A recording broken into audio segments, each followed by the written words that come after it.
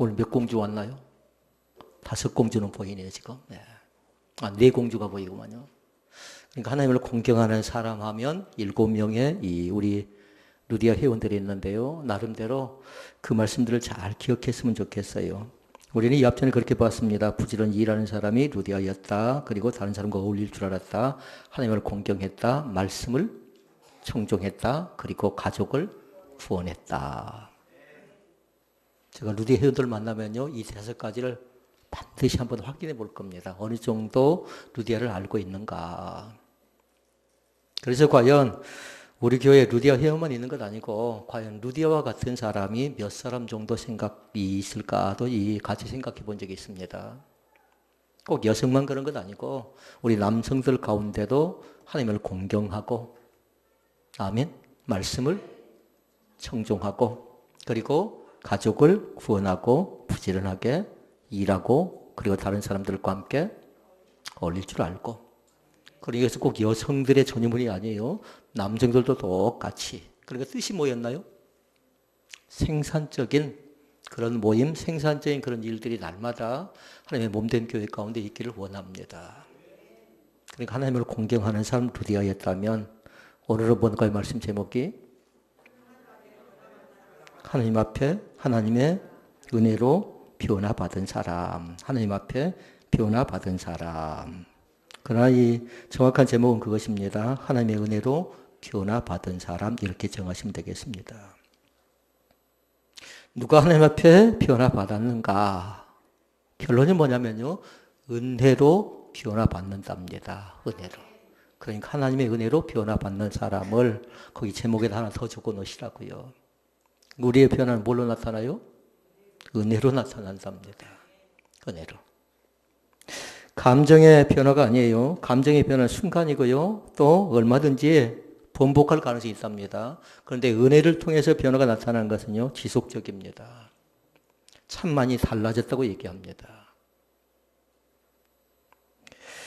미국의 심리학자였던 마틴 셀리그만이라는 사람이 그렇게 얘기했습니다. 사람을 연구했는데요. 왜 사람이 저렇게 우울하게 살까? 왜 저렇게 비판하고 저렇게 비관적으로 살까? 그런 사람들의 공통점을 연구를 쭉 해놨어요. 그랬더니 3가지가 보여집니다. 하나는 뭐냐면요, 지나친 연구 성향이 있어요. 연구 성향.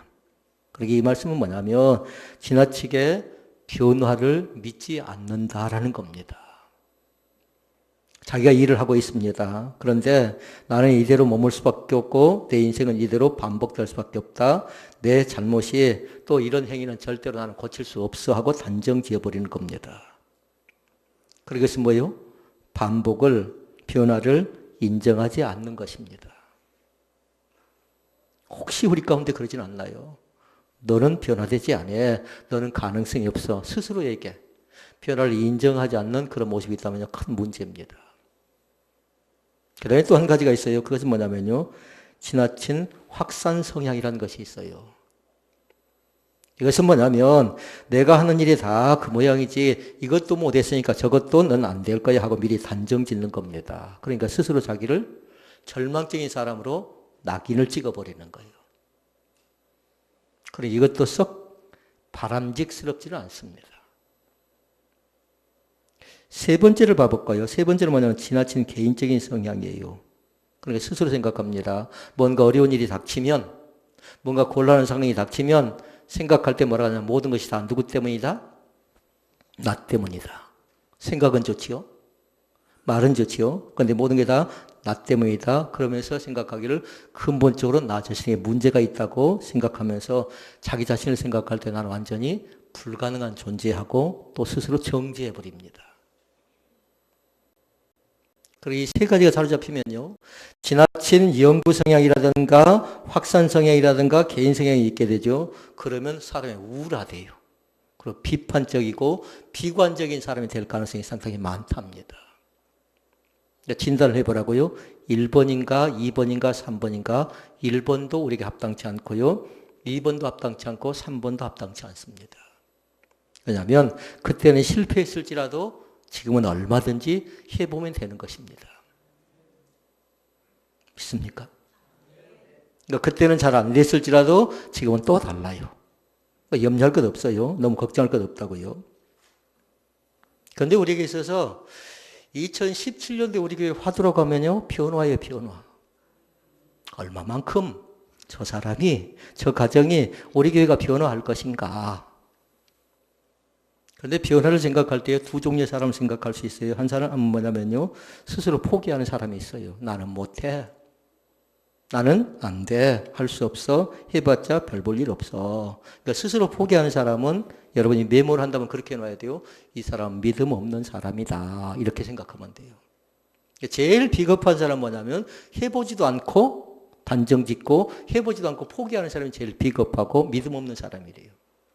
그러니까 교회에서 반대를 하죠. 대안 없이 반대하면 믿음 없구나. 그렇게 생각하면 돼요.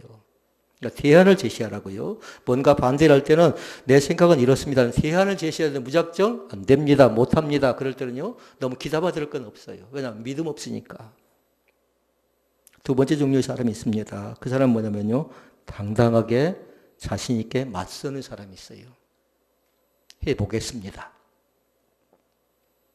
물정나에 아멘 하셔야 되는데 해보겠습니다. 할 수 있습니다. 할 것입니다. 가능성이 있습니다. 우리 같이 한번 하면 됩니다라는 것이요. 그러니까 그것은 뭐라고요? 믿음이 있는 거라고요. 어렵겠지만 힘들겠지만 해보겠습니다라고 하는 건 뭐냐? 믿음이 있는 거라고요. 그러니까 미리 포기한 사람과 그리고 정정당당하게 맞서는 사람이 있는데 이 차이는 뭐냐면 변화예요, 변화. 그래도 한 가지가 있다면요. 비전의 차이라고 얘기할 수 있겠습니다. 꿈의 차이라고 얘기할 수 있겠어요. 제가 어제 서울에 내려오면서 쭉 생각한 게 있습니다. 우리 교회가 어느 정도 성장하면 좋을까 생각하니까요. 제 키만큼 성장했으면 좋겠어요. 제 키만큼. 뭔 말인 줄 안가요?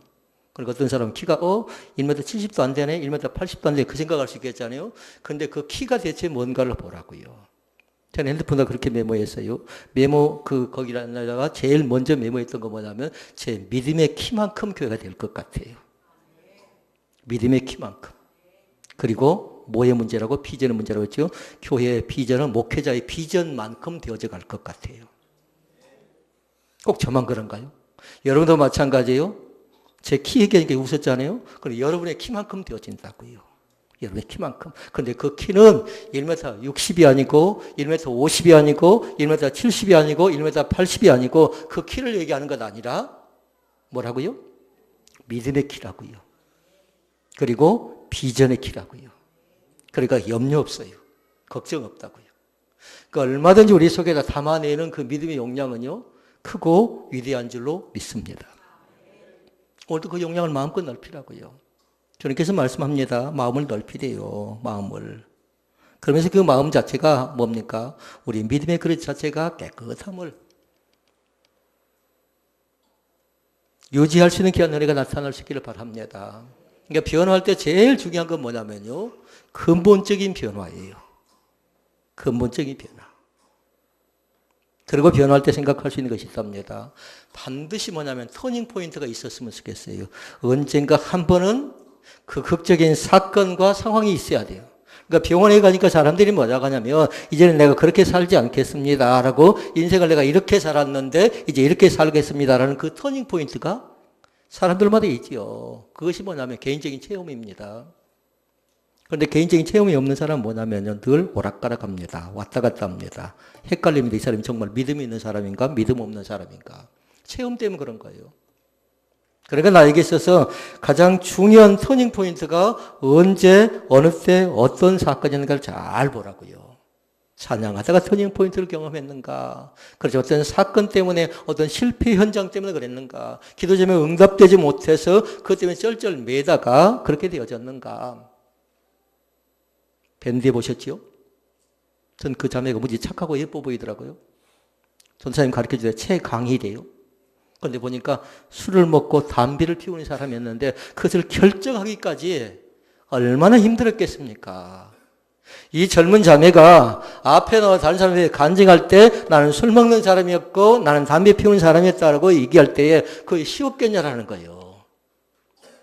그러니까 그 자신의 터닝 포인트가 있었으니까 지금은 당당하게 자신 있게 얘기하는 겁니다. 저는 그 자매가 최강희가 아니라 그 강자 빼버리고 희락이라고 이름을 지었으면 좋겠더라고요. 이름을 바꿀 수는 없겠잖아요. 그 희자에다가 기쁘리 희자에다가 즐거울 희자에다가 날마다 찬양하며 즐거워하는 그 마음 자체가요 가장 고귀하고 아름다운 축복이 되어야 될 줄로 믿습니다.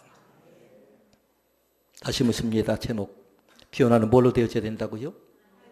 은혜로 되어져야 됩니다. 감정은 순간이에요. 감정은 한 번은 변화성을 보일 수는 있어요. 그런데 은혜는 뭐냐면 지속성이라고요. 왜 남편이 이럴까? 왜 아내가 이럴까? 왜 저 목장이 저럴까? 왜 저 권사님이 저럴까? 저 집사님이 저럴까? 저 목사님이 저럴까? 그건 다 뭐라고요? 감정 때문에 그래요. 그러나 중요한 건 뭐라고요? 은혜 받으면 됩니다. 은혜 받으면 할 수 있습니다. 은혜 받으면 얼마든지 고쳐나갈 수 있습니다. 그러니까 은혜로 나는 변화될 가능성이 있는 줄로 믿습니다. 오늘도 마찬가지. 나의 변화는 어디서부터 시작된다고요? 은혜의 물줄기부터 시작됩니다. 오늘 본문에 그런 사람이 나옵니다. 요한이라고 합니다. 요한이라고. 말씀 속에 보니까 한 사람을 지적하는데 예수님의 제자 요한입니다. 예수님의 사촌 동생일 뿐만 아니라 아버지는 세베대고 어머니는 살로메고 형이지요? 형 누군가요? 야고보예요. 성격이 얼마나 급한 줄 아십니까? 야고보와 요한을 가리켜서 성경은 그렇게 얘기해요. 보아너게래요. 보아너게. 그 뜻은 뭐냐면요. 우리의 아들 벼락의 벼락. 그 정도로 성격이 급한 사람인데 이 사람이 전폭적으로 예수를 만나서 변화되어진다고요. 근데 그 변화는 은혜를 통해서 변화되어지고 근본적으로 완전히 바꿔져 버려요. 요한이라는 사람이에요. 이게 성경을 기록하지요. 이 요한의 별명이 뭐냐면요. 보아너기라는 뜻을 가졌던 사람이 나중에 바꿔지고 나서요. 사랑의 사도가 됩니다. 그래서 사복음 가운데 뭘 기록했나요? 예, 요한복음. 요한복음. 그리고 요한 1서, 요한 2서, 요한 3서를 기록했던 사람이 바로 사랑의 사도인 요한이 기록합니다. 반모섬에 유배갑니다. 그리고 거기에서 어떻게 합니까? 요한계시록을 기록합니다. 나약했던 사람이, 연약했던 사람이, 성격이 불같았던 사람이 그 자신이 기록했던 건 다른 것 아니라 성경을 기록하는데 다른 것 아니라 성품과 인격의 변화를 체험하고 나서부터예요. 그 터닝포인트가 그에게 있었다라는 겁니다. 뜻이 뭔 줄 압니까? 뜻은 다른 것 아니라 하나님께 은혜를 받은 자래요. 은혜를 받은 자. 꼭 요한이만 그런가요? 우리 모든 사람도 마찬가지예요. 그 이름에 뜻이 있는 사람입니다. 은혜 가지고는 안 된다는 거예요. 우리의 모든 것 자체가 내 뜻대로 내 마음대로 내 고집대로 되어지던가요? 결단코 그렇지 않습니다. 하나님이 돌봐주고 지켜주고 인도해야 가능한 줄로 믿습니다. 세계 제일 많은 기독교인들 가운데요. 많은 이름들 가운데 기독교인 이름 가운데 600만 명이 요한이라는 이름을 쓰고 있대요. 그 정도로 좋아하고요. 그 정도로 귀한 이름이라고 생각하면 됩니다. 우리가 예수를 믿고 나서 받는 은혜는 두 가지가 있습니다. 가장 고급스러운 은혜라고 얘기할 수 있는데요. 이 은혜는 두 가지인데 하나는 뭐냐면 변화의 은혜가 첫 번째 것이고요. 두 번째는 성화의 은혜라는 것이 있어요. 그리고 이 가운데는 변화의 은혜를 아직 체험하지 못한 사람도 있고 변화의 은혜 단계 가운데 들어간 사람도 있고 세 번째는 성화의 은혜 단계 가운데 들어간 사람도 있어요. 아직 변화를 모르는 사람은 변화를 알기를 원하고 그 다음에 변화의 단계 가운데 들어가야 되고 그 다음에 성화의 은혜를 꼭 기억하시라고요. 성화의 은혜를. 거듭남 아시죠? 중생 아시죠? 그것이 뭐냐면요. 변화의 은혜와 성화의 은혜 두 가지를 합쳐서 거듭남을 얘기하는데 이것 자체가 요한복음의 핵심이에요. 요한이 기록한 성경의 간증이거든. 그 자체가 거듭나야 된대요. 이것이 다른 것 아니라 인격 갱신의 은혜거든요. 그런데 변화의 은혜는 누굴 통해서 올까요? 저는 그렇게 생각해요. 예수님을 통해서 복음의 말씀 앞에 부딪힐 때에 변화의 은혜가 나타납니다. 성화의 은혜는요. 성화의 은혜는 다른 것 아니라 성령님을 통해서 성화가 이루어지는 은혜가 나타납니다. 조금 다르죠? 변화는 예수님을 만날 때 그리고 예수님을 만난 사람들이 이제 성령의 은혜를 간구하지요. 그러면 성화의 은혜 가운데 들어간 날마다 새로워져 가는 겁니다. 그러니까 우리 가운데는 참 많이 달라졌다. 그런 사람, 변화의 은혜를 체험한 사람이고요. 참 믿음이 아름답고 깨끗하고 참 저 믿음을 나도 가져야 되겠다. 그런 사람은 성화의 은혜를 그 사람이 체험하고 있는 사람이기 때문에 우리가 그렇게 얘기하는 겁니다. 이 교회가 마찬가지예요. 우리 교회도 마찬가지로 변화의 은혜와 함께 성화의 은혜를 체험하는 귀한 교회가 될 수 있기를 주의 이름으로 축원을 드립니다. 변화와 성화, 이것이 거듭남의 비밀이라는 사실을 결단코 잃어버리지 마시고요. 그것이 요한의 간증이에요. 내가 그런 사람이 아니었는데 예수님을 만나고 나서, 진정으로 예수님을 만나고 나서 이렇게 변화되어졌습니다라는 것이 요한의 간증이고, 그래서 성령을 통해서 그 자신이 획기적으로 발전해버리지요. 완전히 바꿔집니다. 그러니까 나에게도 그 변화의 은혜가 나에게도 있는가 확인하시고, 변화의 은혜가 나에게 있다라면 성화의 은혜의 단계까지 꼭 들어갈 수 있기를 바랍니다. 자, 그러면 네 가지입니다. 첫째 말씀. 요한이 대체 어떤 사람인가? 첫째는 뭐냐면요, 성품의 변화가 나타납니다. 성품에. 성격이 급한 사람이 사랑의 사람으로 완전히 바꿔져요. 혹시 여러분 듣습니까? 성격이 불같진 않나요? 요한이 바로 그런 사람이었거든요. 그래서 우리의 아들이라, 번개 같은 아들이다, 그렇게 얘기할 정도로요. 성격이 불같은 사람이었습니다. 오늘 51절 이후에 나옵니다. 말씀 속에 보니까 그렇게 얘기합니다. 예수님을 모시고서 그 자신이 예루살렘을 가기 위해서 사마리아를 통과합니다. 그런데 사마리아를 통과하기 위해서 사람들을 보냈는데 그 마을에 가니까, 사마리아 마을에 가니까 사람들이 예수를 거절해요. 예수님을 받아들이지 않습니다. 그러니까 요한이 화가 납니다. 그래서 54절 말씀이 그거예요. 54절 읽어볼까요? 제자 야고보와 요한이 이를 보고 가로되 주여 우리가 불을 명해서 하늘로 쫓아내려 저희를 멸하려 하기를 원하시나이까? 무슨 말인지 알겠나요? 하늘에서 불을 내려서 우리를 반대하는 저 대적들을 완전히 멸망시킬까요? 라고 강하게 얘기하죠. 그러니까 성격이 어떻습니까? 불같은 사람이에요. 성격이 무서운 사람이라고요. 그런데 그 매섭고 비정한 성격의 사람이 놀랍도록 변화가 되어집니다. 사랑의 사도로 바꿔져 버린다고요. 아멘. 사랑의 사도로 바꿔진다고요. 나도 과연 어떤 성품의 사람인가 잘 보라고요. 사나운 성품이 사랑의 성품으로 바뀌고, 포악한 성품이 포근한 성품으로, 과격한 성품이 온유한 성품으로 얼마만큼 많이 바꿔져 가고 있는가를 보라고요. 나의 성품에 대한 변화를. 여기서부터 시작된답니다. 이 성품이 변화되지 않고는 계속해서 뭐예요? 서두에 봤죠? 비관적이고 비판적이고 우울할 가능성이 있어요. 왜 저 사람 비판할까? 성품이 변화되지 못해서 그래요. 왜 저렇게 낙심할까? 좌절할까? 포기할까? 안 된다고 저렇게 절망할까? 그거 뭐요? 믿음이 부족한 것도 있지만 성품에 대한 변화가 나타나지 않았기 때문에 그렇습니다. 그러니까 그것을 구하시라고 하나님. 나의 성품이 이렇게 되어졌습니다. 그러나 사랑의 사도였던 요한은 성품이 변화되어져서 요한복음을 기록하고 또 요한 1서, 2서, 3서를 기록하고 요한계시를 기록할 때요. 사랑이라는 단어를 50번 기록해요. 그 정도로 사랑을 많이 강조합니다. 자, 첫 단계가 성품의 변화로 가면요. 두 번째가 있어요. 두 번째는 뭐냐면요. 관계의 변화예요. 관계의 변화. 이건 이제 나를 잘 봐야 돼요. 편협적인 사람이 이제 관대한 사람으로 바꿔집니다. 말씀 속에 보니까 그럽니다. 요한은 충성을 다한 제자였거든요. 그런데 가버나움이라는 지역에 예수님과 함께 전도를 나갑니다. 그런데 보니까요, 자기들이 그 가버나움 가서 전도하려고 하는데 이미 다른 사람들과 전도를 하고 있어요. 이미. 그럼 여러분 어떻게 합니까? 그곳에 전도를 하고 있으면 그 자리로 들어가서는 안 되는 겁니다. 그런데 요한은 그게 괘씸합니다. 화가 불같은 사람이라고 했잖아요.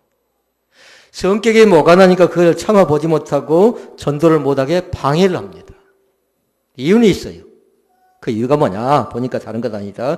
우리 그룹이 아니라는 거예요. 나하고 관계없는 사람이라는 겁니다. 복음을 전하는 데 있어서 그들 자신들이 나름대로 그들도 똑같은 복음을 가지고 가는데 먼저 가서 복음을 전하는 사람들을 인정하지 않는 겁니다.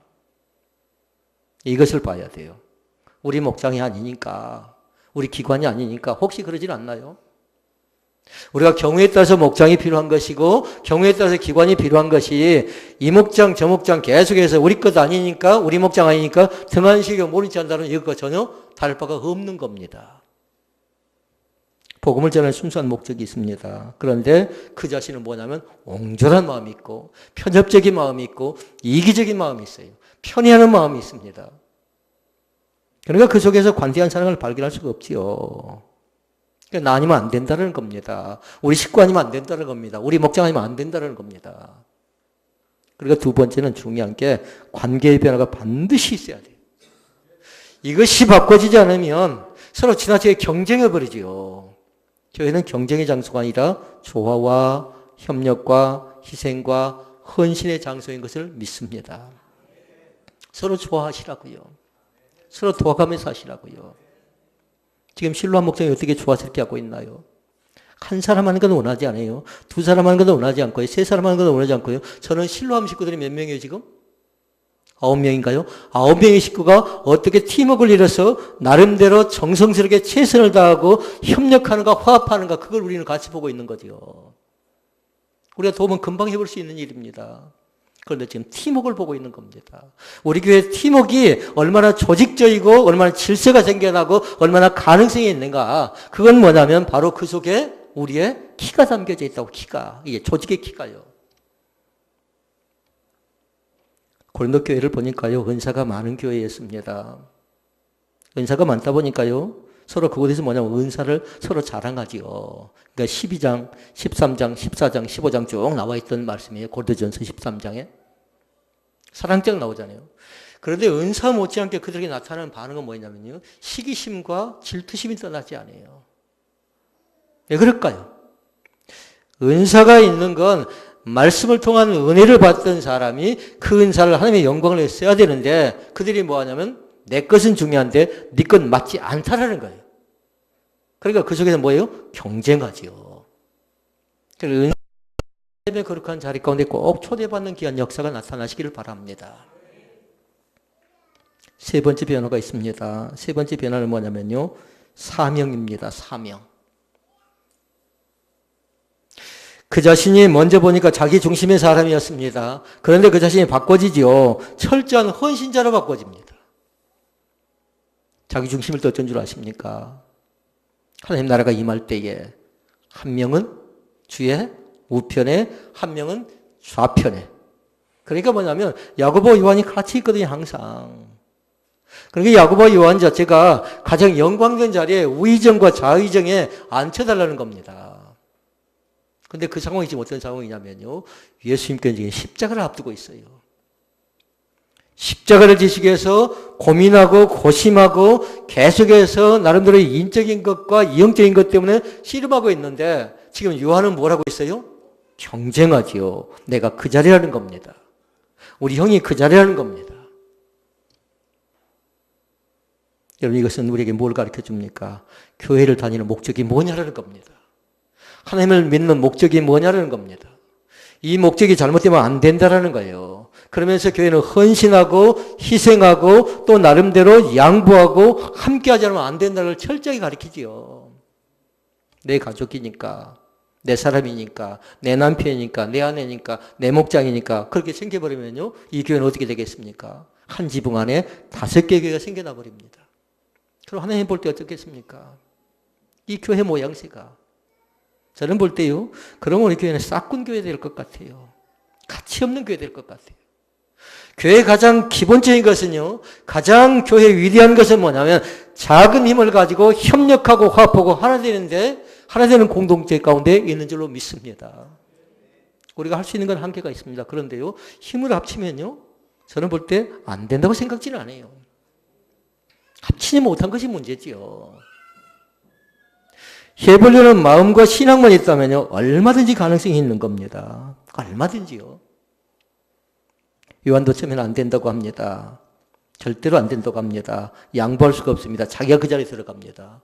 그런데 나중에 그 자신이 성령의 감동을 받습니다. 그리고 성령의 은혜를 체험합니다. 그러고 나서 그 자신은 완전히 변화됩니다. 오순절 성령 강림 전과 후가 완전히 달라져 버려요. 그러니까 그 자신이 변화되고 나서 뭐 하냐면요. 사람들이 사마리아는 가서 전도하기 싫어해요. 근데 그것을 차원에서 갑니다. 그리고 그 자신이 에베소에 내려가서 25년 동안 묵묵히 헌신하고요. 반모섬에 유배 가서도요. 초지일관 헌신하면서 나름대로 어떻게 합니까? 신앙을 철저하게 지켰던 사람이 바로 요한이었어요. 특징을 보니까 두 가지였어요. 그 자신에게 위대한 특징이에요. 하나는 뭐냐면요. 자신을 드러내지 않습니다. 기록한 성경을 보니까요. 그렇게 해놨어요. 뭐라고 했냐면요. 예수께서 사랑하는 제자, 예수님의 사랑받는 제자, 이건 있는데요. 그리고 마태, 마가, 누가는 보니까요. 자신의 이름을 30번 기록해요. 그러나 요한복음은 그렇지 않아요. 예수님의 사랑하는 제자래요. 예수님의 사랑받는 제자래요. 이것이 자기소개의 전부예요. 그럼 보십시다. 우리도 자기소개를 이렇게 하고 끝나버려야 될까요? 자기 자신을 전혀 드러내지 않는 것, 이것 하고 끝나버리면 안 돼요. 그 다음에 해야 될 게 뭘까요? 그 다음에 해야 될 게 뭐냐면요. 자신을 전혀 드러내지 않는 것 있었을 뿐만 아니라 그 자신이 한 것 가운데 두 번째는요. 하나님의 영광을 드러냈다는 데 위대함이 있습니다. 믿습니까? 요한이 그렇게 합니다. 그러니까 그 자신이 하나님이 하셨다. 아멘. 아멘. 하나님이 하실 것이다. 하나님이 함께 한다. 그전에는 자기가 했어요. 자기가 해야만 해요. 왜냐하면 우리가 해야만 해요. 그런데 이제는 바꿔져 버렸어요. 하나님이 하셨다라는 하나님 제일주의 신앙으로 하나님의 영광만을 드러낸 사람으로 완전히 바꿔져 버립니다. 그래서 변화는 무엇으로? 은혜로 나타납니다. 은혜 받은 사람만이 가능합니다. 그러니까 우리에게는 은혜의 변화가 있어야 되고 그 다음에 성화의 변화가 있어야 돼요. 이것이 진정한 거듭남인 줄로 믿습니다. 마지막 네 번째입니다. 네 번째는 뭐냐면요. 마음의 변화가 있습니다. 요한은 마음이 약한 자입니다. 마음이 약한 자예요. 그런데 이 자신이 바꿔져 가지고요. 담대한 자로 바꿔져요. 성경에 보니까 어느 정도로 마음이 약하냐면요. 세 가지의 특징이 있는데요. 하나는 뭐냐면 그 자신이 어린 자고 유약한 자예요. 제일 젊은 사람이었거든요. 제일 어린 사람이었거든요. 제자 가운데. 세 가지 특징적인 사건이 나오는데 의지가 얼마나 약했던지 그렇게 표현합니다. 예수님이 성만찬합니다. 그런데 예수님 앞에 나가서 응석을 부렸다고 할 정도로 예수님의 무릎에 앉아서 기도했다고 할 정도로 어린 사람이 바로 요한이었어요. 그리고 또 한 번의 사건이 나옵니다. 예수님께서 군인들에게 붙잡혀 갑니다. 끌려갑니다. 옷을 벗어서 그 자신이 어떻게 한 줄 압니까? 도망을 쳐버립니다.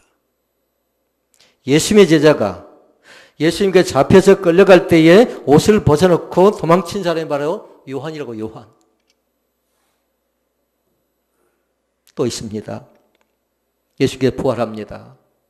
그러니까 제자들의 그 소식이 들려오니까요. 예수님께서 부활했다는 얘기를 듣고 묘지에 열심히 달려갑니다. 그런데 그 다음에 나타난 특징이 뭔 줄 압니까? 겁이 나서 그 묘지에 들어가지 못하고 그 자신은 무덤 쪽에 들어가서 확인을 하지 못했던 사람이 바로 요한이었어요. 그러니까 그 정도로 마음이 약한 사람입니다. 그런데 거기서 그치지 않는다고요? 이제는 바꿔져 버렸어요. 나약한 자가 어떻게 바꿔졌다고요? 담대한 자로. 믿습니까? 우리도 똑같아요. 나약했던 사람이 담대한 자로 바꿔지는 귀한 은혜가 나타날 수 있기를 주의 이름으로 축원을 드립니다. 반모섬이 유배갑니다. 그러나 거기서도 위축되지 않습니다. 기독교를 전하고 복음을 전하기 위해서 예를 썼던 사람이 누구냐면요. 요한입니다. 그때 도미티안 황제가 있는데요. 강팍하고 무섭기로 소문난 사람이에요. 근데 그 사람에게 맞서서 강력하게 복음을 전했던 사람이 요한이라고요. 성품은 나약해 보이지만 예수님을 만나고 나서 이렇게 새롭게 완전히 사명이 변화되고 성품이 변화되고 관계가 변화되고 마음이 변화된 줄로 믿습니다. 그러니까 복음을 전할 때 어떻게 합니까? 강력하게 전합니다. 요한 1서라든가 요한 2서라든가 요한 3서를 보십시오. 짧게 말씀을 기록하고 있지만 그 속에 사랑의 메시지가 담겨져 있어요. 하나님은 뭐라고 합니까? 사랑이시라. 사랑하는 자의 내 영혼이 잘됨 같이 내가 범사에 잘되기를 원합니다라고 설명하고 또 증거했던 사람이 바로 요한입니다. 오늘 말씀을 정리합니다. 우리도 얼마든지 은혜로 변화될 수 있습니다. 강팍했던 사람이, 사나웠던 사람이 하나님을 아는 믿음 있는 사람으로 바꿔지고요.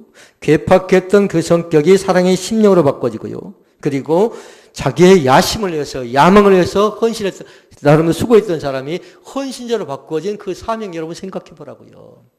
자기만 생각했던 사람이. 그러니까 파스칼이라는 사람은 그렇게 얘기했습니다. 참된 행복은 사람 안에 없대요.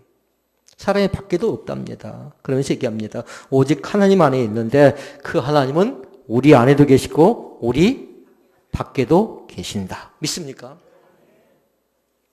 사람에게서 뭔가를 발견하지 말고요. 하나님에게서 발견할 수 있기를 바랍니다. 사람을 의지하고 사람을 바라보게 되면 반드시 실망하지만 하나님을 의지하게 되면 그 의지를 통해서 주님을 점점 더 닮아간 줄로 믿습니다. 사람을 가까이 하면 어떻게 되든가요? 내가 어쩌다 저렇게 됐는가? 그런 생각 안 한가요? 하나님을 조금 더 가깝게 친근하게 모실 수 있기를 바랍니다. 톨스토이라는 사람은 그렇게 얘기했습니다. 하나님을 떠나서는 인간이 행복할 수 없대요. 하나님을 떠나서는. 주님 안에서 참된 행복을 발견하는 귀한 축복이 우리 가운데 있기를 원합니다. 미국에서 통계를 내놨습니다. 어떤 사람이 행복한 사람인가 했더니요. 하나님을 체험한 사람이 행복한 사람이래요. 하나님을 깊게 체험해서 오늘도 승리하시고요.